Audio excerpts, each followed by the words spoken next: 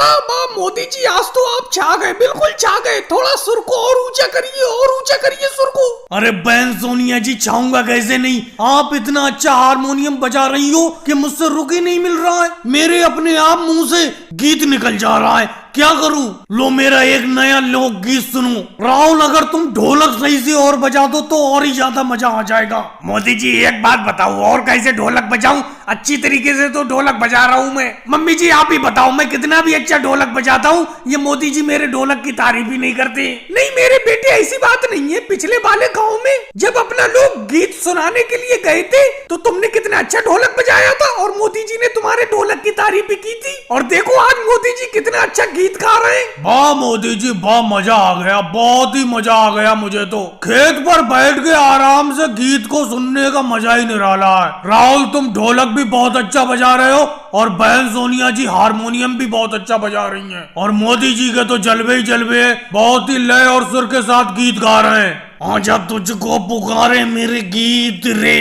वाह मोदी जी, वाह मजा आ गया, आपका ये गीत सुन के मजा आ गया। आप इतना अच्छा आवाज मुंह से निकाल कैसे लेते हो? मैं तो इसी सोच में रहता हूँ। गाना गाने की मैंने भी बहुत बार कोशिश की, लेकिन इतना अच्छा गाना मैं नहीं गा पाता हूँ जितना अच्छा आप गा रहे हो। लेकिन लालू जी थोड़ा पीछे हट के बैठो, तुम तो बिल्कुल पीछे बैठी हुई हो। मैं सही तरीके से हारमोनियम नहीं बजा पा रही हूँ, थोड़ा सा पीछे हट के बैठो। लो बहन सोनिया जी, पीछे हट के बैठ जाता हूँ, इसमें क्या जाता है। लो बहन सोनिया जी, आपके हारमोनियम बजाने पे और मोदी जी आपके गाने गाने पे मेरी तरफ से 10 रुपए का इनाम। लालू जी बहुत बहुत धन्यवाद। इसी बात पे एक और बहुत ही बढ़िया गीत सुनिए। चला जाता हूँ किसी के धुन में। वाह मोदी जी, वाह मोदी जी, वाह क्या बात है। आपका ये गीत सुन के देखो, शिवराज सिंह जी के मुंह से तो कुछ निकल ही नहीं रहा, बिल्कुल चुपचाप सुन रहे हैं आराम से। और वो सबसे पीछे मनमोहन सिंह जी बैठे हैं पेड़ के नीचे, वो भी आराम से सुन रहे हैं। योगी जी मैं तो बहन सोनिया जी का हारमोनियम बजाना देख रहा हूँ, बहुत ही बढ़िया हारमोनियम बजा रही हैं। और सोनिया जी 2 रुपए की जरा खट्टी मीठी वाली गोली देना।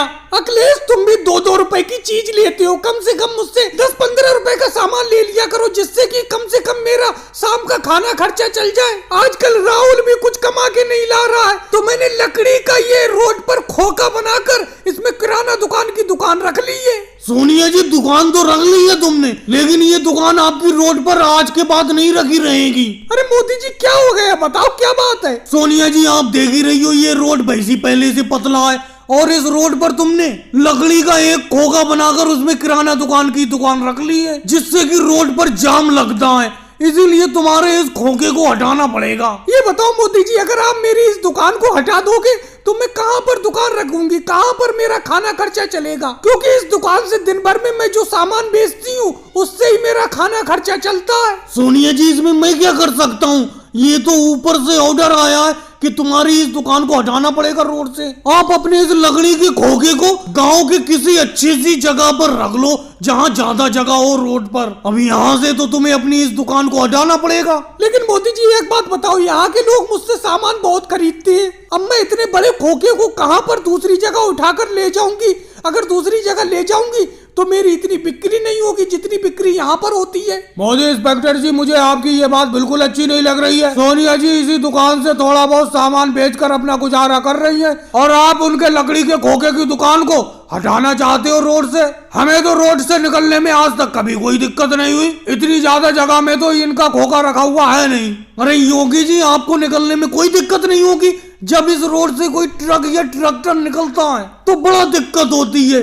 किसी दिन इनके खोखे में ही ट्रैक्टर लग जाएगा, इसीलिए मैं तो इनकी सेफ्टी के लिए कह रहा हूँ कि रोड पतला है, इस रोड से इस किराना दुकान को हटा लो। वैसे सोनिया जी एक राय दूं मैं आपको, अपने गांव में जो पीपल का पेड़ है वहाँ पर काफी जगह है, वहीं पर अपने इस खोखा किराना स्टोर को रख लो। चलो इस लकड़ी के खोखे को हम उठवाकर वहाँ रखवा देंगे। अखिलेश ये बात तुमने ठीक कही। चलो मोदी जी मैं अपने इस खोखे को यहाँ से हटा लूंगी, दूसरी जगह रख लूंगी। और जरा हल्के हल्के हल्के हल्के इस लट्टे को लाओ आगे आगे, तुम तो आफत मचाई हुई हो। इस लकड़ी के लट्टे को हल्के हल्के इस आरा मशीन की तरफ लाओ। अरे मोदी जी एक बात बताओ, अगर हल्के हल्के काम करोगे, इस लकड़ी की जल्दी से जल्दी कटाई नहीं करोगे तो योगी जी आकर गदर नहीं मचाने लगेंगे, क्योंकि अपनों को इस लकड़ी को काट कर योगी जी को जल्द से जल्द देना है। राहुल एक बात सुनो मेरी, अपने 2 ही हाथ तो है, 2 ही हाथ के हिसाब से तो काम करेंगे, 4 हाथ तोड़िए जो तेजी से काम कर लेंगे।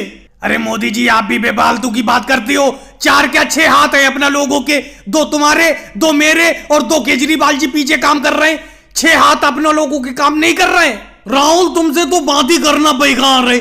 मैं एक आदमी की बात कर रहा हूं, मेरे पास 2 ही हाथ तो हैं, इसीलिए मैं हल्के तो काम करूंगा, तेजी से काम थोड़ी कर लूंगा। वैसे राहुल एक बात बताऊं, इस आरा मशीन पर काम करना भी बड़ा रिस्क का काम है, बहुत मेहनत लगती है यहाँ पर काम करने में। मोदी जी मैं तो आपसे कब से कह रहा हूँ इस आरा मशीन को यहाँ पर बेचकर दूसरा काम शुरू कर लेते हैं, लेकिन आप मेरी बात मान ही नहीं रहे हो। केजरीवाल एक बात बताऊं, फायदा तो बहुत है इस आरा मशीन के काम में। लकड़ी के छोटे छोटे से टुकड़े करने के बहुत पैसे मिलते हैं। अब देखो अखिलेश अपनों को ये लकड़ी का लट्टा दे गया है और वो कह गया है कि इसके छोटे छोटे टुकड़े कर देना। इस काम के लिए वो अपनों को 1000 रुपए देगा और इस आरा मशीन को चलाने में मुश्किल से 50 रुपए का डीजल खर्च होगा। और थोड़ी बहुत अपनी मेहनत मान लो, नहीं तो 1000 रुपए की बचत है ही। और पहली बात, जितना मैं अकेले काम करता हूँ उतना तुम दोनों लोग भी काम नहीं कर पाते हो। हालांकि अपना तीनों लोगों की मिलकर ये पार्टनरशिप में आरा मशीन है। यही बात मोदी जी मुझे बहुत बुरी लगती है। जब आप ये बात कहते हैं तो मुझे बहुत बुरा लगता है कि मैं अकेला ही काम करता हूँ। अरे तुम अकेले काम करते हो, हम क्या यहाँ पर अचार बनाते रहते हैं, ये बताओ। मोदी जी एक बात बताऊं आपको, आज मुझे अमित शाह जी ने शाम को पार्टी पर बुलाया है, तो 500 रुपए दे देना।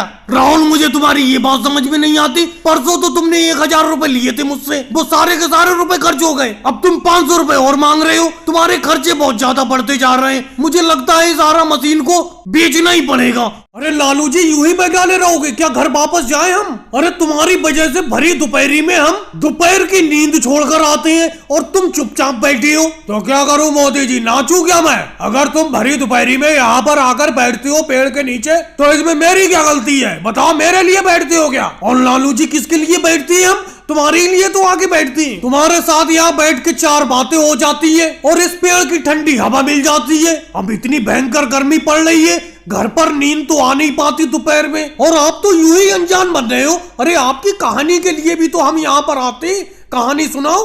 अरे लालू जी इतनी देर से बैठे बैठे हुक्का गुड़गुड़ा रहे हो, कम से कम एक कहानी सुनाई दो। मोदी जी सही तो कह रहे हैं, सबको कहानी का ही लालच। चलो सुनाता हूँ एक कहानी, ध्यान से सुनना।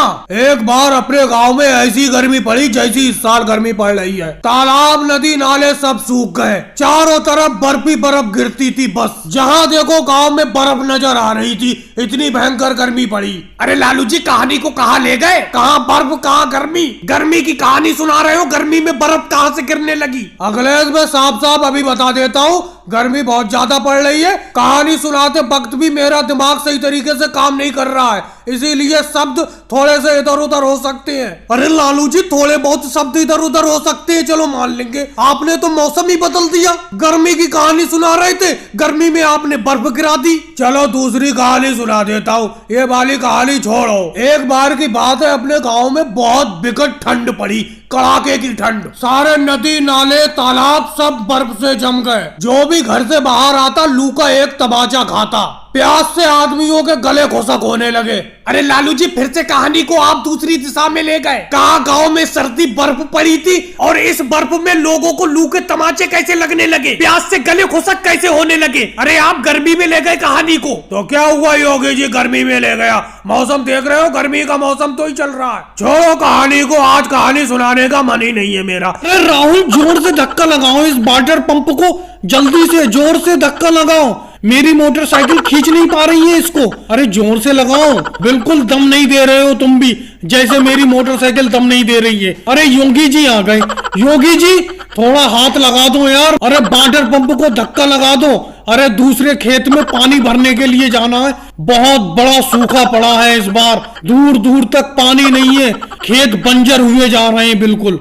अरे मोदी जी मुझसे कहाँ बुढ़ापे में धक्का लगवाओगे, मैं कहाँ लगा पाऊंगा धक्का, ये बताओ। ये इतना हट्टा कट्टा राहुल है तो ये क्यों नहीं धकिया पा रहा है इस वाटर पंप को? और तुम्हारी बाइक भी कमजोर है बिल्कुल, मोटरसाइकिल बिल्कुल कमजोर है, खींची नहीं पा रही है। अरे मोदी जी इस वाटर पंप से कौन सा वाला खेत भरने के लिए जा रहे हो? वो 2 बीघा वाला खेत या जो पूरब की तरफ है आधा बीघा वो वाला खेत? अरे योगी जी बातें बात को कर लेना, बातें बात को कर लेना, इधर आ जाओ, धक्का लगवा दो वाटर पंप में। ये बढ़ नहीं पा रहा है वाटर पंप बिल्कुल, मोदी जी की मोटरसाइकिल बिल्कुल भी दम नहीं दे पा रही है। आ जाओ धक्का लगवा दो, वो पूरब वाला आधा बीघा खेत है वो ही भरने के लिए जा रहे हैं, आ जाओ आ जाओ। अरे राहुल, मोदी जी क्यों परेशान हो रहे हो? मौसम विभाग वालों ने बारिश बताई है कल की। कल बारिश हो सकती है बहुत भारी, सूखा सब खत्म हो जाएगा। भगवान के भरोसे रहो।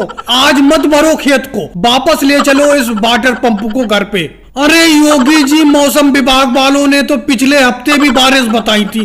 कहाँ बारिश हुई ये बताओ? बिल्कुल भी तो नहीं, एक बूंद नहीं गिरी।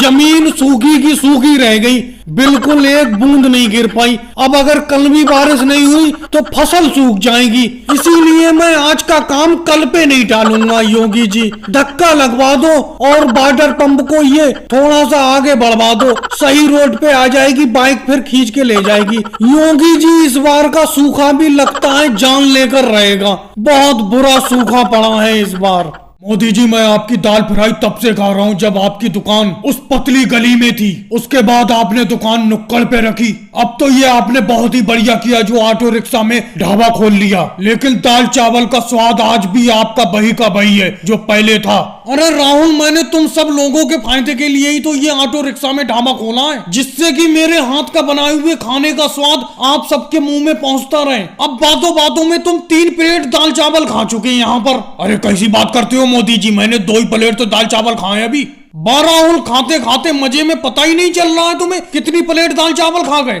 अरे 2 प्लेट दाल चावल थोड़ी खाए तुमने, 3 प्लेट दाल चावल खाए मेरे यहाँ पर। 10 रुपए का नुकसान करवाओगे मेरा? 10 रुपए प्लेट देता हूँ मैं सबको। अरे चलो, गलती हो गई होगी, मानता हूँ, 3 ही प्लेट मानता हूँ मैं आपकी। अरे ध्यान रखा करो गिनती का। अरे योगी जी आ गए। योगी जी, क्या लगाऊं? दाल फ्राई लगाऊं, कड़ी कोफ्ता लगाऊं या मटर पुलाव लगाऊं? बोलो क्या लगाऊं? अरे मोदी जी, मुझे तो आपके हाथ का मटर पुलाव बहुत पसंद है। मटर पुलाव दे दो। क्या गजब का मटर पुलाव बनाते हो अपने हाथों से तुम, ऐसा लगता है खाते ही रहो खाते ही रहो। कोई बात नहीं, अपने हाथ से बना हुआ बेहतरीन मटर पुलाव लगा देता हूँ तुम्हें 1 प्लेट। अरे मोदी जी, बाकी तुम्हारा तो सब कुछ बहुत बढ़िया है, कम से कम यहाँ पर पानी तो रख दिया करो। अभी मेरे गले में खाना फंसते फंसते बच गया। अरे ऐसी बात नहीं है अखिलेश, मैं घर से 1 वाटर कूलर पानी लाता हूँ। लोग पीते कम है, बर्बाद ज्यादा करते हैं। 1 गिलास पानी पीना हो 2 गिलास पानी निकालते हैं। वैसे मोदी जी, मजा आ गया तुम्हारे हाथ के कड़ी चावल खा के। अरे इतनी दूर चल के आना पड़ता है, हमारे घर तक पहुँचा दिया करो अपने ऑटो रिक्शा को, वहीं पे खा लिया करेंगे हम तो। अरे अखिलेश, कैसी बात करते हो? 100 कदम की दूरी पे तुम्हारा घर है। पहले तो तुम मेरे कड़ी चावल खाने के लिए पतली वाली गली में 1 किलोमीटर दूर जाते थे। अब मैंने इतनी बढ़िया सुविधा कर दी है कि ऑटो रिक्शा में ही ढाबा खोल लिया है, तो इसलिए मैं तुम्हारे घर के करीब आ जाता हूँ। मुश्किल से 100 मीटर की दूरी पे हूँ, अब भी तुम्हें दूर लग रहा है। मोदी जी, मैं आपको फिर ध्यान दिलवा देता हूँ, मैंने 5 प्लेट दाल चावल खा लिया। अरे राहुल, फिर गिनती भूल गए तुम 7 प्लेट दाल चावल खा चुके हो। गिनती याद रखा करो अपनी। भाई मोदी जी, बहुत बहुत मुबारकबाद आपको, आपके 72वें जन्मदिन पे। आपका 72वां जन्मदिन है, बहुत बहुत मुबारकबाद आपको। अरे मोदी जी, आपने 8 चीते क्यों मंगवाए नबीम्बिया से, समझे? और चीतों के साथ क्यों खेल रहे हैं आज जन्मदिन के दिन? अरे राहुल, मुझे अपने जन्मदिन पे कुछ नया करने की बहुत अच्छी आदत है। मैं कुछ ना कुछ नया करता हूँ। इस बार मैंने नबीम्बिया से 8 चीते मंगवाए हैं और कुनू नेशनल पार्क में इन्हें छुड़वाया है। वहीं पे पार्क में खेल रहा हूँ मैं ये चीतों के साथ। यही 8 चीते हैं, समझे? इन्हीं के साथ खेल रहा हूँ। देखो, योगी जी भी खेल रहे हैं चीतों के साथ। मोदी जी, आपको जन्मदिन की बहुत बहुत धन्यवाद। 72वें जन्मदिन की बहुत बहुत धन्यवाद। आप हजारों साल जियो, हम तो कहते हैं। वैसे मोदी जी, आपको नबीम्बिया सरकार ने ये चीते कैसे दे दिए? अरे योगी जी, अपनी अपनी बात होती है, मेरी बात है वहां पर, ठीक है? बहुत बढ़िया बात रखता हूं मैं नबीम्बिया से, वो मेरी बहुत इज्जत करते हैं, मैं उनकी बहुत इज्जत करता हूं। वैसे ये चीते हैं बहुत बढ़िया, बड़ा मजा आ रहा है इनके साथ खेलते हुए, बहुत मजा आ रहा है इनके साथ खेलते हुए। अब ये कुनू नेशनल पार्क में 8 चीते आ गए। अब इसमें कुछ मादा चीते हैं, कुछ नर चीते हैं। अब इनसे इनका कुनबा बढ़ेगा और हमारे कुनू नेशनल पार्क में चीते ही चीते होंगे। एक दिन वो होगा, समझे? मेरी इस पहल को याद करा जाएगा, इसीलिए मैंने अपने जन्मदिन पे ये बहुत अच्छी पहल की है। वैसे मोदी जी, तुमने अपने जन्मदिन पे ये बहुत अच्छी पहल की है, मैं तुम्हारी इस पहल का स्वागत करता हूँ। बहुत बढ़िया पहल, आप हजारों साल जिए। आपके जन्मदिन की बहुत बहुत मुबारकबाद। एक बार फिर देता हूँ मैं मुबारकबाद आपको जन्मदिन की। आपका बहुत बहुत धन्यवाद योगी जी और राहुल, जो कुनू नेशनल पार्क में आप मेरे जन्मदिन पे मेरे साथ वक्त बिताने के लिए आए और मेरे चीतों को आके देखा। अरे मोदी जी, कैसी बात करती हो? ये तो हमारा फर्ज है, आप हमारे लिए इतना करते हैं, हम तुम्हारे लिए इतना नहीं कर सकते? तुम्हारे जन्मदिन पे तुम्हारे साथ नहीं रह सकते? कैसी बात करते हो? और भाई लोगों वीडियो कैसी लगी? अच्छी लगी हो तो लाइक करें, शेयर करें, कमेंट्स करें, चैनल को सब्सक्राइब करें।